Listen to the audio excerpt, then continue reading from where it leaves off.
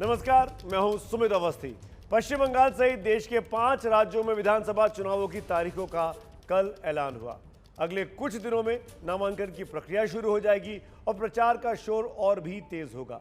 असम और पश्चिम बंगाल में पहले फेज की वोटिंग 27 मार्च को होनी है, यानी अब से ठीक 1 महीने के बाद। चुनावी राज्यों में जनता का मूड क्या है? एबीपी न्यूज के लिए सी वोटर ने ओपिनियन पोल किया है। क्या बंगाल में बीजेपी आ रही है और ममता दीदी जा रही हैं? क्या होगा केरल और तमिलनाडु में? असम और पुडुचेरी में किसकी सरकार बन रही है? इन तमाम सवालों के जवाब आप जानना चाहते होंगे। ओपिनियन पोल में जवाब हमको मिल चुके हैं। हमारे साथ देश की चुनावी राजनीति की नब्ज समझने वाले एक्सपर्ट का एक पैनल भी मौजूद है। स्टूडियो में मेरे साथ अगले 2 घंटों तक प्रदीप सिंह जी रहेंगे, जो कि वरिष्ठ पत्रकार हैं। हमारे साथ रशीद किदवई साहब इस स्टूडियो में, बहुत बहुत स्वागत है आपका। मेरे साथ कांग्रेस पार्टी के प्रवक्ता रोहन गुप्ता हमको दिखाई दे रहे हैं और साथ में भारतीय जनता पार्टी के सांसद राजीव चंद्रशेखर भी इस चर्चा में शिरकत करने वाले हैं। आप सबका इस बड़े पैनल, इस बड़े डिबेट में स्वागत है, जहां पर हम बताने वाले हैं सी वोटर की मदद से कि आखिरकार कौन बनेगा मुख्यमंत्री, खासकर इन 5 राज्यों में। अब सवाल ये, सबसे पहले बात करेंगे हम असम की, क्योंकि बारी बारी से 5 राज्य हैं, 2 घंटे का वक्त है, सब नंबर आपके सामने रखने हैं।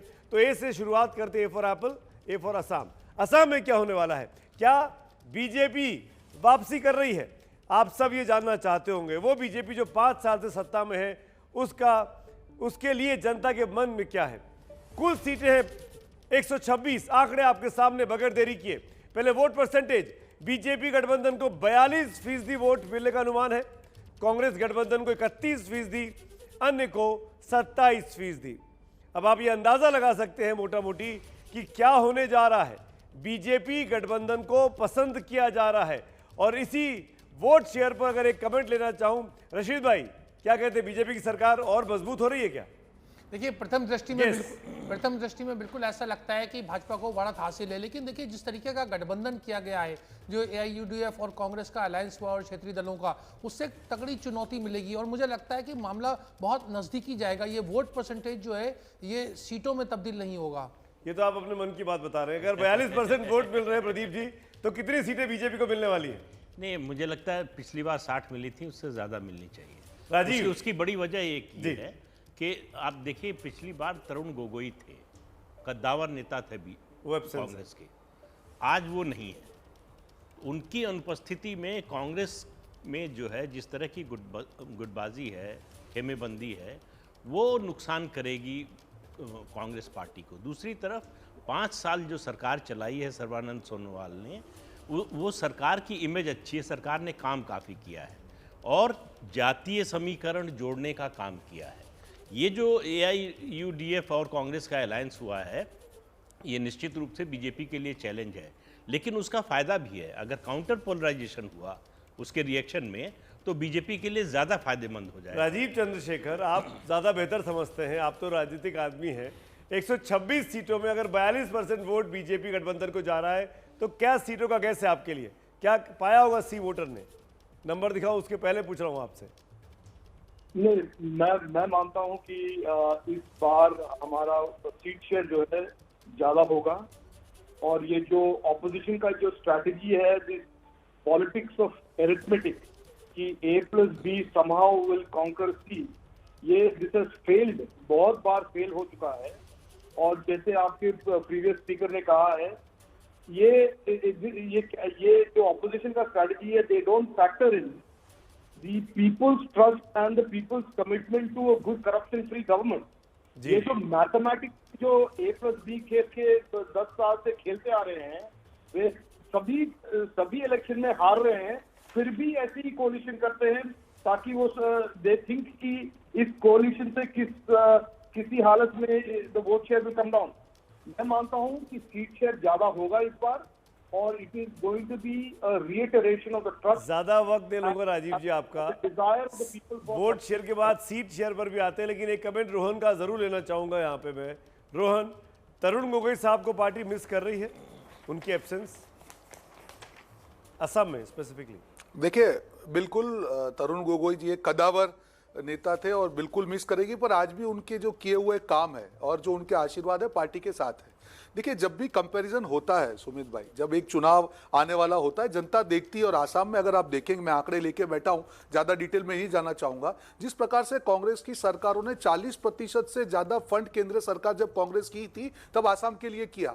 आज भी मोदी जी बड़े बड़े वादे तो करके आ गए, डबल इंजन, ट्रिपल इंजन। ये डबल इंजन नहीं, ये ट्रबल इंजन सरकार साबित हुई, क्योंकि जो भी वादे किए थे, फ्लड रिलीफ की बात हो, आसाम को जो पैकेज की बात हो, आज एक भी वादा पूरा नहीं किया। जो ट्राइबल की हम बात करें, जो पैकेजेस दिए, उसकी बात नहीं हुई। 11% से ज्यादा वहां पे अनएम्प्लॉयमेंट रेट है। कम्युनल वायलेंस, दूसरे वायलेंस 5 गुना बढ़ गए हैं। मुझे मालूम नहीं है कौन से नाम से वोट मांग रहे हैं, जो उनकी नफरत की राजनीति है, मुझे लगता है। और दूसरी बात सुमित, एक बहुत इंपॉर्टेंट चीज आपसे कहना चाहूंगा, जो चुनाव जो अभी आ रहे हैं उसमें बड़ी चीज हुई है कि 60 करोड़ जनता, जो हमारे किसान है, पूरे देश ने देखा कि जो लोग 60 करोड़ जनता के साथ विश्वासघात कर सकते हैं, उनके साथ ये ट्रीटमेंट कर सकते हैं, ये बर्तन कर सकते हैं, उन पे भरोसा नहीं किया जा सकता है। बात किसानों की नहीं है, पर असम में किसान प्रोटेस्ट नहीं हो रहे रोहन, दैट्स अ फैक्ट। किसान प्रोटेस्ट हो रहा है, पोलिंग असम में होने वाली है, स्पेसिफिकली असम की बात कर रहा हूं। हाथ कंगन को आरसी क्या, पढ़े लिखे को फारसी क्या, बहुत पुरानी हिंदी की कहावत है। आइए आप सबके सामने अब सीटें रख देता हूं और पता लग जाएगी 42% वोटों के साथ कितनी सीटें बीजेपी गठबंधन जीत रहा है। ये रहे आंकड़े सी वोटर के आपके सामने। बीजेपी गठबंधन को 68 से 76 सीटें, कांग्रेस गठबंधन को 43 से 51 सीटें, अन्य के खाते में 5 से 10 सीटें जाती हुई दिखाई दे रही हैं। साफ है, सत्ता में वापसी हो रही है बीजेपी की। और जो बात प्रदीप सिंह बोल रहे थे, लगभग उसी और चीजें हैं कि शायद बीजेपी की सीटें इस बार बढ़ जाए। राजीव चंद्रशेखर, एक क्विक रिएक्शन आपका। 68 to 76 बीजेपी। नहीं, मैंने कहा था, आई सेड दिस कि ये आप ऑपोजिशन अंडर एस्टिमेट कर रहे हैं। जो लोग चाहते हैं, they want stable development oriented government, और जो भी जितना भी कांग्रेस ट्रोल करे, जितना भी फॉल्स प्रोपेगेंडा करे, लोग जानते हैं कि ऐसे सरकार जो कमिटेड है डेवलपमेंट के लिए, जो नॉट करप्शन फ्री गवर्नमेंट है, वो ही चाहते हैं। और ये जो मैथमेटिक्स ऑफ अलायंसेस करके घूम रहे हैं ये कांग्रेस, ये तब तक घूमेंगे जब तक वो जीरो नहीं होंगे। जब रशीद जी कह रहे थे कि ये Congress plus AIUDF will pose a formidable challenge, these are all ideologically less opportunistic alliances that are going but Rajiv ji, sorry, I beg to differ here. आपने हरियाणा में क्या किया सुमित भाई? आपने हरियाणा में क्या किया? आपने अलायंस किया हुआ चौटाला की पार्टी के साथ, वहां पे आप करें तो ठीक करें, कांग्रेस करें तो गलत। नहीं, मैं ये नहीं कह रहा हूँ। मैं ये कह रहा हूँ कि अपॉर्चुनिस्टिक अलायंसेस, जैसे आप शिवसेना और कांग्रेस को अलायंस पार्टनर मानते हैं महाराष्ट्र में, जो 1993 राइट्स के दोनों। मैं तो ये कह रहा हूँ कि महाराष्ट्र में कांग्रेस शिवसेना के साथ अपॉर्चुनिस्ट है, तो हरियाणा में आप अपॉर्चुनिस्ट है। मैं पॉइंट ये बना रहा हूँ कि to compete with a competent government, it will take more than opportunity. Point बनाइए मत। रोहन बोलिए, रोहन। मैं सुमित में एक ही चीज कहना चाहूंगा। देखिए, अभी जो आप आंकड़े दिखा रहे हैं, आप देखिएगा, जो CAA की हम बात कर रहे हैं, पूरे देश में पूरा कैंपेन किया बीजेपी ने। वहां के एक नेता उनको जब ये शब्द बोलने को तैयार नहीं है, इसको अपॉर्चुनिज्म कहते हैं। उनको मालूम है कि आसाम में मुद्दे अलग है, वहां पे इस प्रकार से राजनीति नहीं होती। और मैं आसाम था सुमित जी, मैं आपको बता रहा हूं ग्रास रूट पे जो परिवर्तन आ रहा है वहां पे, जिस प्रकार से कांग्रेस को समर्थन मिलने वाला है, ये जो भी आंकड़े दिखा रहे हैं, अभी तो काफी समय है। मैं आपको विश्वास दिलाता हूं कि परिणाम कांग्रेस की फेवर में आने वाला है और Assam will go back to Congress. चलिए 1 मिनट में मान लेता हूं कि आपके फेवर में आने वाला। आपका चेहरा कौन है? चेहरा कौन है? गौरव है, गौरव गोगोई, सुष्मिता देव है, कांग्रेस का बोल रहा है। कांग्रेस कौन है हमारे लिए? चेहरा कांग्रेस का पंजा है, बिल्कुल कांग्रेस का पंजा है हमारे लिए चेहरा। आप भाजपा को जो चेहरे हैं, तो वहां तो जो चेहरा है वो तो काम ही नहीं कर रहा है, चेहरा कोई और है और चेहरा ही मोहरा है। वहां आपके सामने वहां तो डबल इंजन ट्रबल इंजन है, ये हमारे वहां नहीं होता है। आपके सामने आंकड़े हैं, सर्वे कह रहा है कि वोट परसेंटेज बढ़ रहा है, सर्वे कह रहा है सीट बढ़ रही है, आप कह रहे हैं कि आप नहीं मानेंगे। अरे मत मानिए, आप इसको कैसे झुटलाएंगे जो दिख रहा है? आप देखिए सर्वे आपने नहीं, बिल्कुल मैं झुटला नहीं रहा हूं, मैं बता रहा हूं कि जो परिणाम आएंगे वो जनता की जो मैं आप वहां पे नब्ज देख रहा हूं वो 100% कांग्रेस की फेवर, क्यों काम तो कुछ किया होना चाहिए। आप डिबेट कीजिए क्या काम किया, वहां के मुद्दे अलग हैं। आप 5 साल के बाद आपको अकाउंट देना पड़ेगा हर मुद्दे पे। अगर सरकार विफल है, केंद्र सरकार भी अगर आपकी है, और अगर आप स्टेट के लिए कुछ नहीं कर पा रहे हैं तो जनता तो उसका सवाल पूछेगी और वो जब जवाब देना कोई काम पड़ेगा नहीं किया इसलिए हार जाएगी कांग्रेस का। चलेगा कि परिवर्तन एक न्यूट्रल पैनलिस्ट होने के नाते आपकी क्या राय? नहीं, आप देखिए कि कांग्रेस का एम्फेसिस इन 5 राज्यों में किन पर है। राहुल गांधी के दौरों से आपको अंदाजा लगेगा। उनको लगता है कि केरल में हमारे चांसेस हैं, तमिलनाडु में डीएमके के साथ अलायंस में, तो दोनों जगह आपको चुनाव प्रचार करते हुए दिख रहे हैं। असम व बंगाल गए क्या वो? कांग्रेस का कोई बड़ा नेता असम और बंगाल का दौरा करने गया? असम गए राहुल गांधी। अरे आप क्या बात कर रहे हैं? जब वो गोल करके आए थे, जब वो एक गोल करके आए थे, नहीं, हम गुजरातियों को मिल जाता है सारा। आपको तुलना जो है तमिलनाडु और केरल से, जब रोहन के प्रदेश पर हमला किया था, क्या आए हैं तो रोहन के प्रदेश पर हमला किया था, गुजराती बोला था, भूल गए थे कि रोहन गुप्ता भी गुजरात से आते हैं। बिल्कुल नहीं, बिल्कुल नहीं, वो हमला गुजराती पे नहीं था, वो गुजराती पे हमला नहीं था। ये है आप उसको गलत तरीके से लेके जा रहे हैं। गुजराती 6 करोड़ गुजराती है। देखिए, आंकड़ों के ऊपर से छेड़छाड़ नहीं करनी चाहिए। बिल्कुल सर्वे में जो बात है, लेकिन उससे भी भाजपा को चिंता होनी चाहिए, क्योंकि असम में अगर इनकम्बेंट गवर्नमेंट को मैंडेट मिल रहा है तो उसे पड़ोसी राज्य बंगाल भी है, वहाँ का मुझे पता नहीं सर्वे क्या कह रहा है, लेकिन अगर इनकम्बेंट गवर्नमेंट को ईस्टर्न साइड ऑफ इंडिया में अगर समर्थन मिल रहा है तो ये भाजपा के लिए बड़ी चिंता की बात है। दिबांग आ गए हमारे साथ स्टूडियो में, दिबांग मुस्कुरा रहे हैं इस बात पे। दिबांग का एक रिएक्शन जरूर लेना चाहूंगा। बंगाल में भी इनकम्बेंट गवर्नमेंट को मिलेगा मैंडेट। ये कोई रूल थोड़े हो गया, रूल नहीं बात हो रही कौन सी सरकार ने कैसा काम किया। राशिद बहुत दूर की कौड़ी लाया आप, ये मतलब आप लाए तो सही पर बहुत दूर की कौड़ी लाए। Dibang 68 to 76 BJP. ये मुझे लगता है कि जिस तरह से असम में जिस तरह से रैलियां हो रही हैं और ख़ासतौर पर उन इलाकों में जिन्हें बड़ा सेंसिटिव माना जाता है, जिस तरह की बड़ी रैलियां हो रही हैं, बहुत कम जगह बचती है वहाँ कांग्रेस के लिए। और एक बड़ी बात यह भी है कि कांग्रेस के कोई स्थापित नेता वहाँ पर नहीं है। असम में समय लगता है चीज़ों को, लोगों को समझ में आने में कि कौन नेता हैं, कौन किस तरह के नेता हैं, और उसमें मुझे लगता है कि कांग्रेस ने किसी तरह की कोई पहल नहीं की। एक भूली भटकी सी पार्टी है और मेरे ख्याल से वो असम में दिखाई देगा। लेकिन राजीव, मैं इस चीज़ पे आपको ज़रूर एक कमेंट चाहूँगा। एनआरसी को लेके बहुत बड़ी बड़ी बातें की गई थी, एनआरसी को लेके कानून भी बन गया, पर अभी भी ज़मीन पे उतरता हुआ कहाँ दिखाई दे रहा है? बहुत सी उसके अंदर डिस्क्रिपेंसीज दिखने लगी हैं, अभी तक चीज़ें तय नहीं हो पाई हैं, अभी तक लोग बाग को आइडेंटिफाई नहीं किया जा सका है, कहाँ रहेंगे कहाँ नहीं रहेंगे। ये तमाम चीज़ें आपको लगता है नहीं कि एक फेलियर के तौर पर जा सकता है सरकार के अगेंस्ट में? देखिए, मैं मानता हूं कि एनआरसी पे होम मिनिस्टर ने एक बयान दे दिया है कि it will be implemented, it will be done post election. इसमें देखिए, नॉट अ सिंपल टास्क। जो सुप्रीम कोर्ट ने मैंडेट किया था एनआरसी को बनाने में in Assam, this was neither a simple task, neither it was a trivial task. आप तो जानते ही हैं, everybody on this panel is intelligent person. The ability to document and identify people is not a small task, और बहुत कुछ काम हुआ है इसमें। imperfection 100% has crept in। तो इसका एक मेरे मायने में it is an evolving process। ये होगा जरूर। ये हमारे लिए बहुत इंपॉर्टेंट मुद्दा है कि illegal immigration is prevented in this country, क्योंकि हमारे नेशन के resources must be first made available to the nation's downtrodden people। So illegal is an important economic issue। और ये राजीव, दिबांग हाथ उठा रहे हैं, कुछ बोलना चाह रहे हैं आपकी बात पे। दिबांग, देखिए, एक सुमित आपने बिल्कुल सही मुद्दा पकड़ा है। एनआरसी पर जिस तरह से बीजेपी ने हल्ला किया, आप ये कह रहे हैं, अब ये कह रहे हैं कि रजिस्टर में जिनका नाम आया वो भी वोट कर सकते हैं, जो नाम नहीं आया वो भी वोट कर सकते हैं। आपने जो एक बहुत बड़ा मुद्दा था उसको आप सही तरीके से ज़मीन पर उतार नहीं पाए। और आप जो कह रहे थे सुमित, जो पहले आप पॉइंट बोल रहे थे, जो कांग्रेस का बोल रहे थे, कांग्रेस को इस मुद्दे को उठाना चाहिए था, और लीडरशिप की कमी है, उसमें इस तरह की सोच की कमी रही कि वो इसको बड़ा मुद्दा नहीं बना पाए। लेकिन क्योंकि ये एक ऐसा मुद्दा है जिस पर असम में चुनाव जीता जा सकता है, सिर्फ इसी मुद्दे पर। मैं ये बात जोड़ दूं, दो मुद्दे हैं। रोहन, मैं आपका कमेंट चाहूंगा। कांग्रेस एनआरसी के मुद्दे पर चुनाव कई बार जीत सकती थी, पर कांग्रेस ने एनआरसी के मुद्दे को कभी सीरियसली लिया ही नहीं। 1985 का फैसला, राजीव गांधी के समय का फैसला, और अब तक आज हम 2021 में खड़े हुए हैं, कितनी बार आपकी सरकारें आगे चली गई, ऐसा क्यों हुआ कि कांग्रेस इसको लेकर सीरियस नहीं थी? जवाब दीजिए।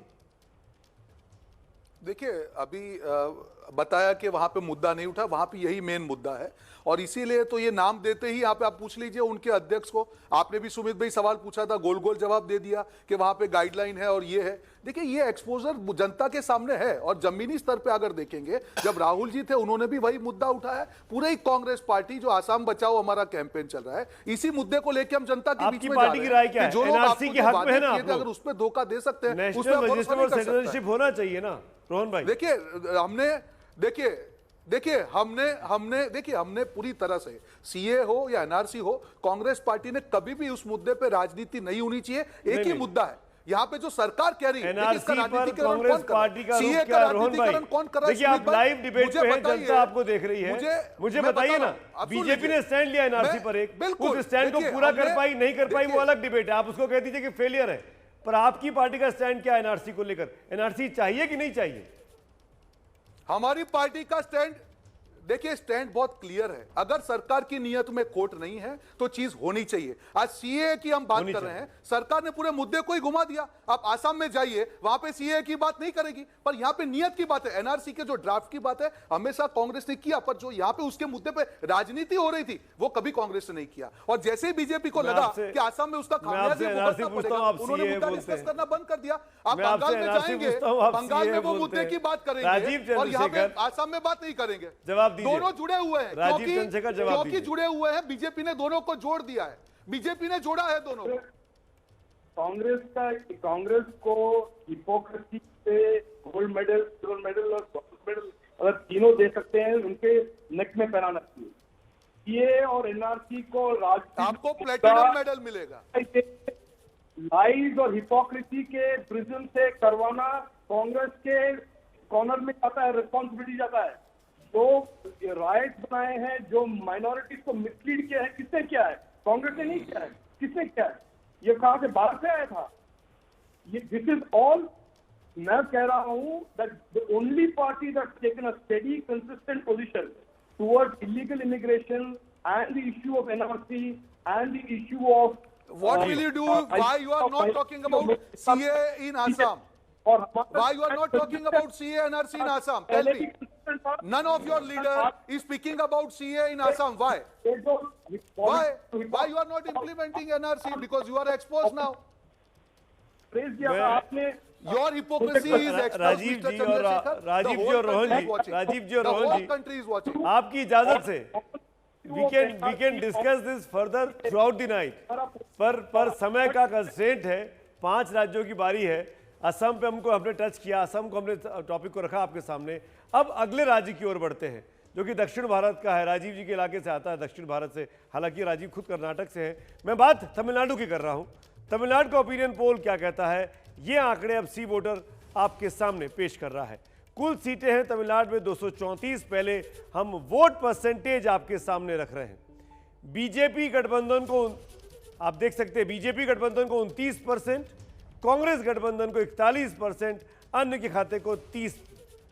अब आप समझ सकते हैं कि बीजेपी 29 है, मतलब बीजेपी और AIADMK का गठबंधन है वहां पर, जो अभी रूलिंग पार्टी है 29% पे है। कांग्रेस DMK के साथ है जो अभी अपोजिशन में है, वो 41% पे है। अब इसी के साथ साथ मैं आपको तमिलनाडु में किसको कितनी सीटें मिल रही हैं वो भी दिखा देता हूं। बीजेपी गठबंधन यानी बीजेपी और AIADMK का जो गठबंधन है उसको 58 से 66 सीटें, कांग्रेस गठबंधन को 154 से 162 सीटें, यानी कांग्रेस और DMK, और अन्य के खाते में 8 से 20 सीटें। तो 154 और 162 का आंकड़ा साफ तौर पर दिखा रहा है कि वहां पर DMK कांग्रेस की सरकार बन सकती है। ये सी वोटर का अनुमान है, ये ओपिनियन पोल है। और मैं इस बात को और साफ कर दूं, इस परिस्थिति में लग रहा है कि कांग्रेस के लिए दक्षिण भारत की पार्टी होना वाकई में फायदेमंद हो रहा है। रशीद किदवई जी, मुझे लगता है कि राहुल गांधी ने एक जानबूझ के रणनीति के तहत ऐसा बयान दिया था, खासतौर से क्योंकि केरल उनके लिए बहुत महत्वपूर्ण है। सुमित, क्योंकि तमिलनाडु में जो जीत होगी वो डीएमके का उसका श्रेय जाएगा, कांग्रेस तो एक उसकी छोटी पार्टनर है। जबकि केरल के लिए बहुत महत्वपूर्ण है राहुल गांधी के लिए, क्योंकि वहाँ के सांसद हैं, वो चुनाव जीते। लेकिन ये दक्षिण की जो मैं पैर जमाना है, देखिए अभी जो स्थिति है कांग्रेस की, कहीं भी पूरे 5 राज्यों में कहीं भी सरकार नहीं है, तो ये दक्षिण में कांग्रेस को जीत होना या सरकार बनना, ये उनके लिए बहुत बड़ी राहत की बात होगी, खासतौर से जब अंदरूनी तौर पे काफ़ी ज़्यादा बगावत के सुर आ रहे हैं। प्रदीप जी, राहुल गांधी ने जो बयान दिया, अगर वो किसी क्षेत्रीय पार्टी के नेता होते तो शायद वो माना जा सकता। वो राष्ट्रीय पार्टी के नेता हैं, जहाँ से उत्तर प्रदेश, जहाँ से उनकी माँ सांसद हैं, वो खुद सांसद रहे, उनके पिता रहे, मतलब पूरा परिवार रहा। वहाँ से सांसद रहने के अपने अनुभव को अगर वो बुरा बता रहे हैं तो ये टिप्पणी कर रहे हैं पूरे नॉर्थ इंडिया की पॉलिटिक्स पर। बड़ी खबर जो है इस पूरे सर्वे में, अभी तक जो तमिलनाडु के आंकड़े आपके सिखाए हैं, राजीव चंद्रशेखर का रिएक्शन बहुत ज़रूरी हो जाता है। भाई आप तो एक ऐसे घोड़े पर दांव लगा रहे हैं जो लंगड़ा है, लूला है, जो चुनाव हार रहा है। गलती तो नहीं होगी कि पार्टी से, राजीव जी? नहीं सुमित जी, पहले तो मैं मानता हूँ कि डीएमके बड़े उदास होंगे अगर आप इसको कांग्रेस कहते हैं। This is in Tamil Nadu, Congress is riding on the coat tails of DMK. ये डीएमके प्लस होना चाहिए, एक तो मैं क्लैरिफाई कर दूं वो। दूसरा मैं कहता हूँ तो फिर वो एआईएडीएमके प्लस होना चाहिए ताकि बीजेपी के सर से ठीकरा ना लगे ना। ठीक है, डीएमके वाले रोएंगे, जैसे तेजस्वी यादव बिहार में रो रहे थे, ये भी रोएंगे। मैं दूसरा पॉइंट ये बताऊं कि यहाँ पे बीजेपी, तमिलनाडु में बीजेपी का vote share in the last election 3-4%। हमारा मकसद ये है कि we want to expand in the south, और तमिलनाडु में हमारा एक्सपेंशन जरूर होगा इस बार, बहुत सिग्निफिकेंट एक्सपेंशन होगा। मैं ये नहीं मानता हूं कि जो आप एआईडीएम के बीजेपी के अलायंस के नंबर दिखा रहे हैं, I feel and of course आप सुन चुके हैं कि हम सर्वे को when it goes against us we say it is not good. मैं मानता हूं this survey is not capturing the upsurge and the expansion. ये बहुत अच्छी लाइन है, ये बहुत अच्छी लाइन है। रोहन ये लाइन आप असम में बोलना भूल गए थे। ये लाइन आप असम में बोल सकते थे जब आप। कहूंगा कि हम एक्सपैंड करेंगे। नहीं देखिए, हम जरूर एक्सपैंड करेंगे। मुझे कोई लाइन नहीं बोलनी, क्योंकि मेरा, हम लोग, सुमित भाई मैं जवाब दे दूं, हमारे स्टैंड में कभी बीजेपी की तरह दोगलापन नहीं होता है। और यहाँ पे देखिए, एनडीए के लिए बीजेपी भस्मासुर साबित हुई है। जो लोगों ने भी बीजेपी का साथ करा, आप देखिए बिहार में भी क्या हाल कर दिया उन्होंने, अपने ही दूसरी बी टीम से एलजीपी के द्वारा आज जेडीयू का क्या हाल किया। आज यही हाल ये लोग एआईडीएमके का कर रहे हैं। देखिए तमिलनाडु में जिस प्रकार की बीजेपी की नफरत की राजनीति है, उसको नहीं स्वीकारा जाएगा। और कहीं ना कहीं एआईडीएमके को फिनिश करने का जो कारसा है, वही बीजेपी तमिलनाडु में करती दिख रही है। और इससे भी बुरे परिणाम बीजेपी और एआईडीएमके के लिए आएंगे, क्योंकि जो नफरत की राजनीति है उसको तमिलनाडु कभी स्वीकार नहीं करेगा। सुमित, ये जो आंकड़ा है, आपका नंबर कम ही होते जाएगा। आपका जो पोजीशन है साउथ इंडिया में घटते जा रहे हैं। अरे आप देखते जाइए, आपके साथ जो जुड़े हैं सब फिनिश कर दिए आपने, एनडीए बचा ही नहीं है। दिबांग बोलना चाह रहे, प्लीज रोहन एंड राजीव।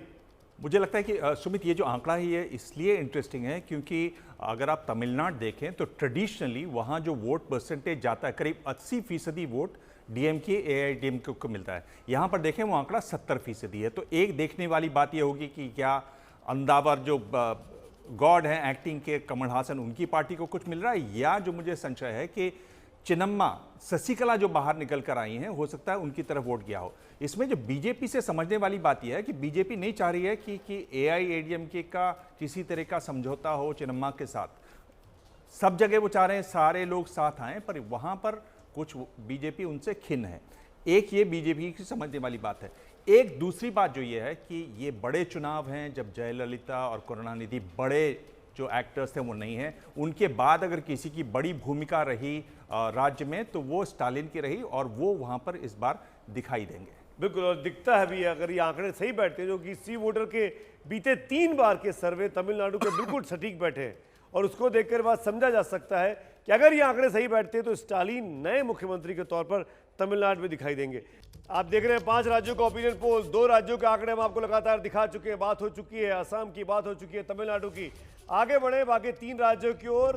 आपको बता दें कि पश्चिम बंगाल के आंकड़े कुछ देर के बाद आएगी। इस वक्त की बड़ी खबर यह है कि असम में बीजेपी की सरकार की वापसी हो रही है इस सर्वे के मुताबिक, और तमिलनाडु में सरकार पलट रही है। वहां पर AIADMK की सरकार जाएगी और DMK कांग्रेस की सरकार की वापसी हो सकती है। सी वोटर के इस सर्वे में ये बात निकलकर सामने आ रही है, जो अब तक का ये पहला सर्वे है चुनाव तारीखों की घोषणा के बाद। इस वक्त की ये बड़ी खबर है। बात असम और तमिलनाडु की हो चुकी है। पश्चिम बंगाल, मैं जानता हूं आप सब लोग पश्चिम बंगाल के बारे में ज्यादा देखना चाहते हैं, बहुत से ट्वीट भी वही आ रहे हैं कि पश्चिम बंगाल कब दिखाएंगे आप। दिखाएंगे, सब्र करिए। बात पहले केरल की करते हैं। केरल वो भी जरूरी राज्य है। केरल में अमूमन सरकारें पलट जाती हैं 5-5 साल में, LDF UDF। इस बार LDF सत्ता में है तो क्या UDF आ रही है? राहुल गांधी बहुत मेहनत कर रहे हैं। राहुल गांधी समुद्र पे डुबकियां भी लगा रहे हैं, मछलियां भी पकड़ रहे हैं, बिरयानी भी बना रहे हैं, लेकिन आंकड़े क्या कहते हैं, उनके फेवर में है कि नहीं, ये आपको दिखा देते हैं। पहले वोट परसेंटेज 140 कुल सीटें हैं केरल में। LDF के खाते में 40%, UDF के खाते में 33%, बीजेपी जो कि अकेली लड़ रही है उसके पास 13% और अन्य के खाते में 15% वोट जा सकते हैं। ये केरल के आंकड़े हैं। LDF बड़ा गठबंधन बना हुआ है, लेफ्ट का गठबंधन है।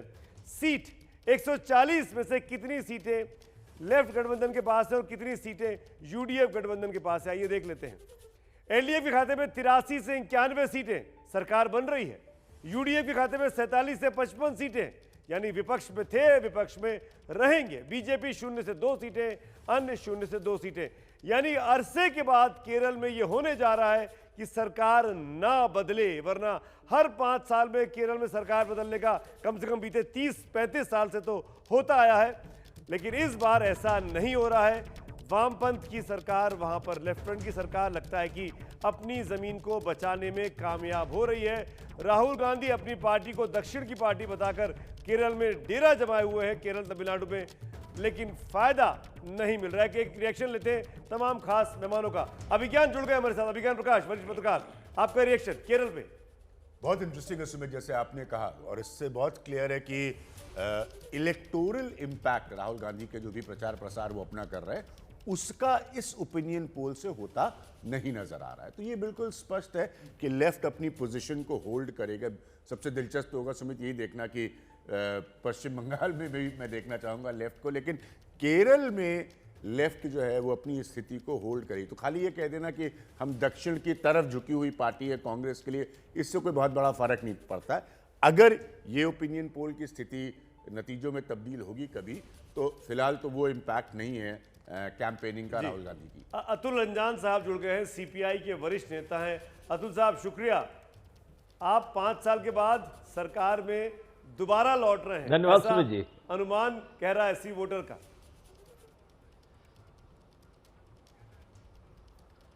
सुमित जी, मैं आज आपसे एक निवेदन करना चाहता हूं। पता नहीं आप निवेदन स्वीकार करेंगे, अस्वीकार करेंगे। हमारे आपके 30 वर्षों के संबंध हैं, 30 वर्षों के संबंध, और हमारी आपकी आज तक कभी तू तरकार नहीं हुई। हम सब लोग बड़े रिलीजियसली, हारमोनियसली, बहुत ही बंधुत्व के भाव से चर्चा करते हैं। मैं आपसे हाथ जोड़ के कहना चाहता हूं और आपके माध्यम से देश के सभी एंकरों से और सभी चैनलों से कहना चाहता हूं कि कृपया ये वामपंथ कहना छोड़ दीजिए। बीजेपी आप कहते नहीं, भारतीय जनता पार्टी पूरा कहते हैं। हमको give the devil it's due, हमको कम्युनिस्ट कहा कीजिए, हमको कम्युनिस्ट कहिए। और केरल में कम्युनिस्ट जो देश के सबसे नंबर 1 के बदमाश हैं, गद्दार हैं, इस किसान आंदोलन को भड़का रहे हैं, उसके पीछे से वही हैं। पता नहीं केरल की जनता क्यों हमारे साथ है। देश के साथ एक नया इतिहास हम रचने जा रहे हैं। आप आसाम की चर्चा कर रहे हैं, कभी आपने ही ठीक कहा कि केरल में पलट दी जाती 5 साल के बाद 5 साल पर। इस बार आंकड़े दिखाई दे रहे हैं और कुछ लोग जो लोग बहुत बड़ी बातें कर रहे हैं, दक्षिण का गेटवे खुल गया है, गेटवे ऑफ इंडिया चले गए हैं, वो 1-2 सीट की तरफ जा रहे हैं। और राहुल जी जो यहाँ से दौड़ के गए थे अमेठी से वायनाड, एक निश्चित संकीर्ण सोच के तहत, वो भी खाता नहीं खोल पा रहे हैं, सरकार नहीं बना पा रहे हैं अपनी तरफ से, बल्कि उनकी एक सरकार चली गई पौंडीचेरी में।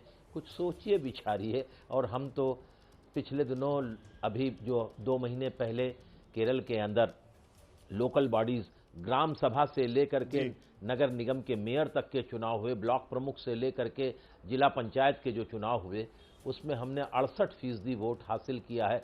तमाम तरह के आरोपों की, कोरोना में काम नहीं करते, लुटेरे हैं, बटेरे हैं और इनके लोग भ्रष्टाचार में लिप्त हैं, मुख्यमंत्री क्या हैं, इसके बावजूद जनता का, क्योंकि ईमानदार और साफ राजनीति और जनता के सामने जो कुछ कर सकते हैं सीमित संसाधनों में कर रहे हैं, इसलिए शायद उनका रोहन जवाब देना चाहेंगे? रोहन गुप्ता, कांग्रेस पार्टी के प्रवक्ता। बिल्कुल, देखिए अभी जब आपने ये केरल के रिजल्ट दिखाए और अगर आप जमीनी हकीकत देखेंगे, गोल्ड कहाँ गया, केरल की जनता का एक ही सवाल है कि इतना सारा गोल्ड कहाँ चला गया। कोरोना की सिचुएशन हुई, वहां पे जिस प्रकार से केरला की सरकार का जिस प्रकार से निष्क्रियता एक तरीके से दिखी, और आज भी केरल में आंकड़ा कम नहीं हो रहा है, और परिस्थिति जो ग्रास रूट पे है, मैं आपको बता रहा हूं सुमित भाई, जिस प्रकार से आप राहुल गांधी जी की बात कर रहे हैं, उन्होंने जिस प्रकार से वहां लोगों के दिल जीते हैं, आने वाले दिनों में आपको उसका परिणाम दिखेगा केरल में। और जब सरकार बनेगी तब हम वापस डिस्कस करेंगे कि केरल की जनता का जो फैसला है हर 5 साल बदलने का, केरल की जनता जहां सबसे ज्यादा वहां पे लिटरेसी है, वो जनता अपना फैसला हर 5 साल बदलेगी और हमको मौका देगी और कांग्रेस और राहुल गांधी के जो नेतृत्व है उसके ऊपर भरोसा जताएगी। अतुल साहब, देखिए, हम स्थिरता की राजनीति करते हैं। हमारे विरोधी भी भारतीय जनता पार्टी के कहते हैं कि भाई ये स्थिर लोग हैं, हम बिकते नहीं हैं, खरीदे नहीं जाते, और हम परिस्थितियों के हिसाब से नाच नहीं करते। अब ये जो बहुत सारी बातें कांग्रेस के बारे में हम कहना नहीं चाहते इस वक्त अभी, लेकिन पौंडेचेरी के अंदर 3 के 3 एमएलए वहाँ जो है वो नॉमिनेट होते हैं, उनको वोट का भी अधिकार है, लोगों को नहीं पता होगा, और तीनों के तीनों नारायण स्वामी जी ने कांग्रेस के वहाँ लगाए और वो तीनों के तीनों बगावत कर गए, सिटिंग लोग चले गए। क्या है, सोना है कि नहीं है, चांदी है कि नहीं है, वायनाड में क्या मिला, संकीर्णता थी या क्या थी, अमेठी क्यों भागे, अमेठी छोड़ा तो क्या रायबरेली भी छोड़ेंगे, ये सब भविष्य में दबे हुए माम है। 33 और 40 का मामला है और समय बता देगा कि मैं अभी ज़्यादा कुछ बोलना नहीं चाहता। मेरे मित्र कांग्रेस के बहुत तल्ख विचार से आ गए हैं, तो तल्ख विचार से मत चलिए, ये तलखियाँ जो हैं आपको तितलियाँ बटोरने नहीं देगा, इसलिए बेहतर जो है वो तितलियां बटोरने नहीं देगा। रखिए। अतुल अंजान साहब जैसे ये तो परिणाम के बाद देखेंगे हम लोग, तो केरल में परिवर्तन होगा तब हम देखेंगे। जाता है। मैं दिबांग ने हाथ उठाया, सुधांशु जी स्वागत है आपका, अगर आप सुन पा रहे हैं। बीजेपी के प्रवक्ता सुधांशु त्रिवेदी भी जुड़ गए हमारे साथ, लेकिन दिबांग आप। हाँ जी, मुझे आवाज आ रही है। नहीं, मैं ये कह रहा था कितनी रोचक स्थिति है कि केरल की बात हो रही है और आगे पश्चिम बंगाल की बात होने वाली है। तो ये मेरे ख्याल से अतुल जान के लिए था कि ध्यान रखें, आगे बंगाल की बात होगी, दुश्मनी जमकर करें, पर ध्यान रखें कि पश्चिम बंगाल आगे है, ऐसा ना हो कि तब आंख मिलाना मुश्किल हो जाए कांग्रेस के साथ। केरल में जो बीजेपी ने जो कोशिश की थी कि 16 में उन्होंने पहली बार वहाँ पर उनका एमएलए बना, उसके बाद पर ये जो ग्राम पंचायत चुनाव हुए उसमें बहुत तीखा चुनाव प्रचार रहा और तमाम कोशिशों के बावजूद बीजेपी को मुंह की खानी पड़ी। जिन जगहों पर बीजेपी अच्छा जीतती थी, अच्छे वोट पाती थी, वहाँ भी वो हारे। एक सुधांशु जी से यही सवाल होना चाहिए कि हुआ क्या अचानक कि केरल में वो रास्ता चौड़ा नहीं हो सका, वो रास्ता बन नहीं सका। मैं सुधांशु त्रिवेदी जी को जुड़ गए हैं, मैं आऊंगा आपके पास, अर्षित कितने कुछ बोलना चाह रहे हैं, लेकिन एक बार एक क्विक रियाप कर देते हैं ताकि पता लग जाए दर्शकों को, जो लोग अभी भी हमारे साथ ट्यून इन किया है, कि दरअसल हुआ क्या। अब तक 5 राज्यों में चुनाव चल रहे हैं, चुनाव हो रहे हैं, 5 राज्यों का ओपिनियन पोल है। हम 3 राज्य की बात कर चुके हैं, 3 ओपिनियन पोल के नंबर आपके सामने आ चुके हैं। सबसे पहले बात असम में हुई। असम में बीजेपी की सरकार दोबारा बन रही है, तमिलनाडु में कांग्रेस और डीएमके की सरकार बन रही है, और केरल में लेफ्ट की सत्ता बरकरार होती दिखाई दे रही है। केवल तमिलनाडु में सत्ता परिवर्तन है, असम और केरल में सत्ता परिवर्तन नहीं हो रहा है। नटशेल में एक लाइन, सुधांशु त्रिवेदी क्या कहना चाहेंगे? असम में आपकी सरकार बन रही है, लेकिन केरल में जहां आपने बहुत कोशिश की वहां पर आप कुछ भी नहीं कर पा रहे, धराशायी है आप और आपकी पार्टी। देखिए, केरल एक ऐसा राज्य है जहां पर कि हमारा वजूद ही नहीं माना जाता था। पहली बार विधानसभा में हमारे एक विधायक है, परंतु आप याद करिए तिरुवनंतपुरम की नगर निगम में हम एक बहुत बड़ी पार्टी हैं, अकेले संख्या की दृष्टि से लगभग हम सबसे बड़ी पार्टी हैं। तो केरल में हम एक महत्वपूर्ण स्थिति में आने की स्थिति में है। और एक तो मजेदार बात आप केरल में मानते ही हैं, जैसा कि अभी अतुल अंजान जी कह रहे थे, बहुत ही वरिष्ठ नेता हैं, राहुल गांधी जी मुद्दे को समझने के लिए केरल गए थे, वायनाड से जाके लड़े, तो वहां पे लेफ्ट का भी समर्थन है और कांग्रेस का भी समर्थन है, और हमारा वहां कोई वजूद नहीं है। मगर दिबांग साहब, दोनों की लड़ाई हमसे है। आप बयानों में तलखी देखिए तो यूडीएफ और एलडीएफ दोनों पूरी आक्रामकता के साथ भाजपा के खिलाफ हैं। इसका मतलब कुछ ना कुछ तो बात है, नहीं होगी संख्या में बात तो कुछ नीचे दिखाई पड़ रही होगी, वरना दोनों के दोनों गठबंधन हमारे खिलाफ नहीं होते। और मजे की बात आप देखिए कि जो एक दूसरे के धुर विरोधी हैं केरल में, यहां दिल्ली में आकर लेफ्ट के नेता और राहुल गांधी साथ साथ खड़े हो जाते हैं किसान आंदोलन के नाम पे। जहां सतही विचार है वहां आके साथ में खड़े हो जाते हैं, जहां मुद्दे हैं वहां एक दूसरे से अलग हो जाते हैं। और बाकी आपने चुनावों में देख ही रहे हैं, बंगाल में मोहब्बत और केरल में लड़ाई, आप जितनी बातें और बोल रहे हैं दिल्ली में मोहब्बत और केरल में लड़ाई। आप जितनी बातें बोल रहे हैं सब पुरानी चीजें, फैक्ट चीजें सबको पता है, और सबको ये जनता भी समझ गई है कि राजनीतिक पार्टियों से बड़ा अपॉर्चुनिस्ट तो कोई नहीं होता। जब जहां चाहते हैं उसके खिलाफ हो जाते हैं, जब जहां चाहते हैं उससे गले मिल लेते हैं। मैं गलत नहीं बोल रहा हूं सुधांशु जी, मैं 50 एग्जांपल आपकी पार्टी के भी गिना सकता हूं अभी खड़े खड़े। कश्मीर से शुरू करूंगा, तमिलनाडु में जाकर खत्म करूंगा, लेकिन मुझे इस बात को समझाइए सुधांशु जी, इस बात को समझना बहुत जरूरी है। अब मैं ही गिना, अरे बिल्कुल है, आप भी है, कांग्रेस भी है, लेफ्ट भी है। आपने जो आरोप लगाया, मैं नहीं वही तो फैक्ट है ना सबके साथ। नहीं, आप सुन लीजिए, मैं बताता हूं। अरे हमने मेरा कश्मीर सवाल में तो सुनिए, सवाल तो पीडीपी मेरे के साथ बोलेंगे। गठबंधन किया। सुनिए, कश्मीर में हमने पीडीपी के साथ गठबंधन किया। हाँ, आप बताइए क्या गठबंधन किया, छोड़ दिया, तोड़ दिया, अलग हो गए। लेकिन सुनिए सुधांशु जी, कश्मीर में हमने पीडीपी के साथ गठबंधन किया। केरल में आप पूरी ताकत के साथ कूदना चाहते वो देशद्रोही थे, अब देशद्रोही बन गए। केरल में आप फ्लॉप क्यों हो गए? क्यों केरल में 1 से 2 सीटें ही आपके पास आ रही हैं? जैसे बंगाल में आपने 14 के बाद मेहनत की और आज आप सत्ता लेने के बातें करते हैं 21 में। इन 7 सालों में केरल में ये तैयारी क्यों नहीं कर पाए आप? इसके लिए कौन जिम्मेदार है?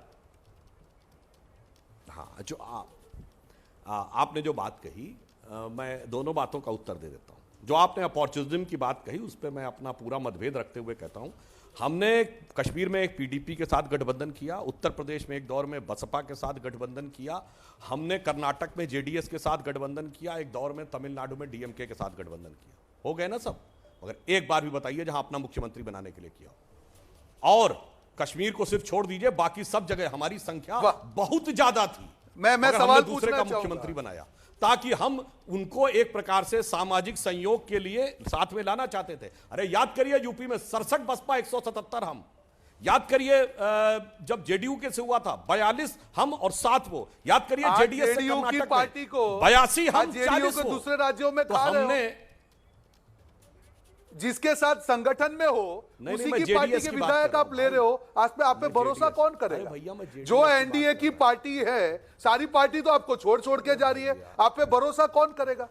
कोई नहीं करेगा। अरे भाई, मैं क्योंकि आपके साथ जो होते हैं तब तक देशद्रोही नहीं होते हैं, और जैसे आपसे साथ छूटते ही देशद्रोही हो जाते हैं। तो कश्मीर में क्या हुआ? जी बोलिए। अच्छा, अब मैं बोल लूं?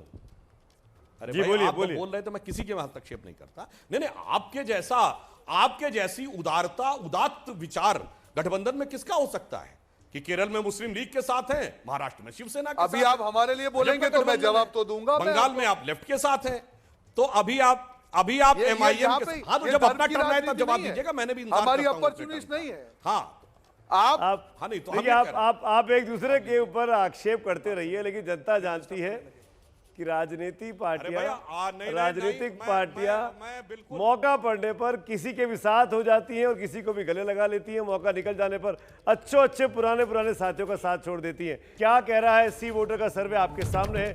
असम में सरकार वापस आ रही है। सर्बानंद सोनोवाल की बीजेपी को वहां पर कोई नुकसान होता दिखाई नहीं दे रहा। तमिलनाडु में सरकार बदल रही है, इस बार डीएमके और कांग्रेस की सरकार आ सकती है। और केरल में भी सरकार सत्ता बचाने में लेफ्ट की सरकार, एलडीएफ की सरकार कामयाब होती दिखाई दे रही है। यानी 2 जगह सरकारें बच रही है, 1 जगह सरकार बदल रही है। अब बात करते हैं अगले राज्य की। ये राज्य है पुडुचेरी का। पश्चिम बंगाल अभी बाकी है, जाइएगा मत। पहले बात पुडुचेरी की कर लेते हैं। पुडुचेरी छोटा सा राज्य है, यूनियन टेरिटरी है, और उसमें केवल 30 सीटें हैं। वहां पर अभी भी राष्ट्रपति शासन लगा है। 30 सीटों में से 46% जो लोग हैं, जो वोट है, वो बीजेपी गठबंधन के पास जा रहे हैं। कांग्रेस गठबंधन के पास 36% है और अन्य के खाते में 18%। यानी वो कांग्रेस जिसकी सरकार अभी अभी गिरी है एक हफ्ते पहले, उसके पास अभी हमदर्दी के वोट भी नहीं है, सिंपैथी के वोट भी नहीं है, वो सरकार चुनाव हार सकती है, ऐसा लग रहा है सी वोटर के इस अनुमान में, इस सर्वे में। बात कर लेते हैं सीट्स की। इन 30 सीटों में किसकी कितने खाते में जा रही हैं? बीजेपी गठबंधन के पास 17 से 21 सीटें हैं, कांग्रेस के पास 8 से 12 सीटें हैं, अन्य के खाते में 1 से 3 सीटें हैं।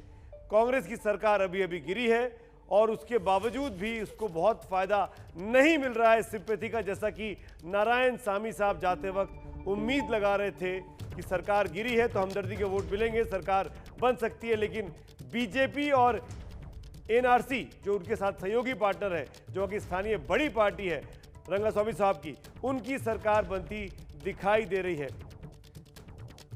अब कुल मिलाकर 4 स्टेट की बात हो चुकी है। इन 4 में से 2 बीजेपी के पास है, अगर मोटा मोटी बात की जाए, पुडुचेरी और असम, और 2 बीजेपी के विरोधियों के पास है, एक कांग्रेस के पास, एक लेफ्ट के पास। एक रिएक्शन ले लेते हैं। तमाम मेहमान मेरे साथ यहाँ पर मौजूद थे। रशीद किदवई साहब कुछ बोलना चाह रहे थे। जी, मुझे लगता है कि ये पुदुचेरी और केरल की जो हार है वो कांग्रेस और ख़ास तौर से राहुल गांधी के लिए बहुत बड़ा झटका होगी और कांग्रेस की अंदरूनी राजनीति में बड़ा भूचाल आएगा। स्मरण करें कि केरल में राहुल गांधी ने जो बयान वगैरह की हमने बात की है, उसके अलावा पुदुचेरी में भी उन्होंने नारायण स्वामी पे हमेशा बहुत ज़्यादा विश्वास किया, क्योंकि जो रंगास्वामी की पार्टी है ये दरअसल कांग्रेस का ही एक धड़ा है, एक हिस्सा है जो अलग हो गए। 2001 से 2008 तक वो कांग्रेस के मुख्यमंत्री रहे थे, तो उनको कांग्रेस में जगह नहीं मिली। तो मुझे लगता है कि ये रोहन गुप्ता जी इस पर ज़्यादा व्याख्या कर पाएंगे कि अंदरूनी तौर पे राहुल गांधी के प्रति कांग्रेस में अविश्वास ज़्यादा बढ़ जाएगा। रोहन गुप्ता के ऊपर बहुत ही खतरनाक वाला बाउंसर मारा है। जवाब दीजिए रोहन भाई, रशीद किदवई साहब ने। बिल्कुल नहीं, मैं हर बाउंसर के लिए तैयार हूं और हमेशा रहूंगा। आप जानते हैं बच्चे खिलाड़ी हैं। देखिए मुद्दा यहाँ पे आपने जो कहा, पौंडीचेरी में जिस प्रकार से 5 साल सरकार चली, वहां पे किरण बेदी जी को लगाया गया और हर पौंडीचेरी वासी जानता है कि जो भी उनके काम होने थे कहीं न कहीं अडंगा डालने का काम उन्होंने किया और नहीं होने दिया। और वो जो जनता का जो आक्रोश है, कांग्रेस ने ईमानदारी से, ये सिर्फ कांग्रेस थी जो 5 साल टिक पाई, नहीं तो जिस प्रकार से बीजेपी का बेचो और खरीदो अभियान चल रहा है, कब से ये हो चुका होता। कांग्रेस ने 5 साल पूरी तरह से जनता का काम किया, सारे मुद्दे को जनता के बीच में लेके गई और हर आंदोलन में जनता ने कांग्रेस का साथ दिया। और आने वाले आप देखेंगे राशिद जी, हम भी बैठेंगे, जवाब दीजिए, पुडुचेरी में तब पौंडीचेरी में क्या परिणाम बेदी जी को अचानक क्यों बदल दिया गया? वो तो इतना अच्छा काम कर रही थी, कांग्रेस की सरकार परेशान थी उनसे। रोहन गुप्ता खुद बोल रहे हैं। देखिए, जहां तक पौंडीचेरी की बात है, आपका जो सर्वेक्षण दिखा रहा है, जो रोहन जी की अपेक्षा है वो तो दिख नहीं रही है, क्योंकि वहां तो उनको ध्यान नहीं था कि मत्स्य मंत्रालय है, हमारे पास समुद्री किसानों का भी मंत्रालय है। इसलिए मैं सिर्फ ये कहना चाहूंगा कि पौंडीचेरी यद्यपि छोटा राज्य है, पुदुचेरी बहुत छोटा राज्य है, परंतु यह भी इस बात का संकेत है कि जिस दक्षिण भारत को वो अपना गढ़ मानकर मुद्दों की समझ कह रहे थे, वहां की जनता उन मुद्दों के साथ कितनी सहमत नजर आ रही है, इसकी एक बानगी दक्षिण का यह छोटा सा राज्य दिखा रहा है। चलिए मैं यहां पे रुकूंगा, क्यों मैं आता हूं अभिज्ञान, एक 10 सेकंड 10 सेकंड आप बोलिए ना पहले। 10 सेकंड में आपके पास नहीं, मैं बार बार रशीद उसको रेफर कर रहे थे कांग्रेस के अंदरूनी पॉलिटिक्स। अब वो असल में क्या हो गया है कि कांग्रेस के कुछ सॉल्यूशंस तो निकल नहीं पाते और वो रहते राहुल गांधी के आसपास है। तो हर चुनाव में हम लोग यही चर्चा करते हैं अंदरूनी, कभी कोई इधर गिर गया, कभी कोई उधर गिर गया, बट रियल इशू तो कांग्रेस का सॉल्व होता ही नहीं है और रियल प्रॉब्लम राहुल गांधी है। कांग्रेस पे किसी और दिन चर्चा करेंगे, आज तो दिन है 5 राज्यों के ओपिनियन पोल का। जितना हम ब्रेक यहाँ पे कम लेंगे उतना पश्चिम बंगाल के बारे में लेट हो जाएंगे।